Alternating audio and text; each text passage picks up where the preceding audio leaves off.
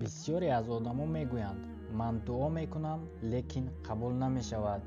Аммо паёмбари акрам саллаллоҳу алайҳи васаллам гуфтаанд: дуо рад намешавад, магар он ки ё қабул мешавад, ё бало аз инсон дур мешавад, ё дар рӯзи қиёмат ҳамчун савоби калон дода мешавад. яъне ки ҳар дуо ҷавоб дорад, танҳо шаклаш фарқ мекунад.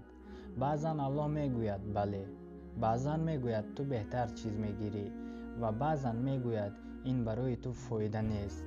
дуо як калима нест, робитаи дил бо парвардигор аст. аллоҳ дуои туро мешунавад, ҳатто вақте ашк намеояд, ҳатто вақте калима намеёбӣ, ҳатто вақте хомӯширо дуо мекунӣ. дуоро баҳс накун, шояд ҷавоб фақат як қадам мондааст.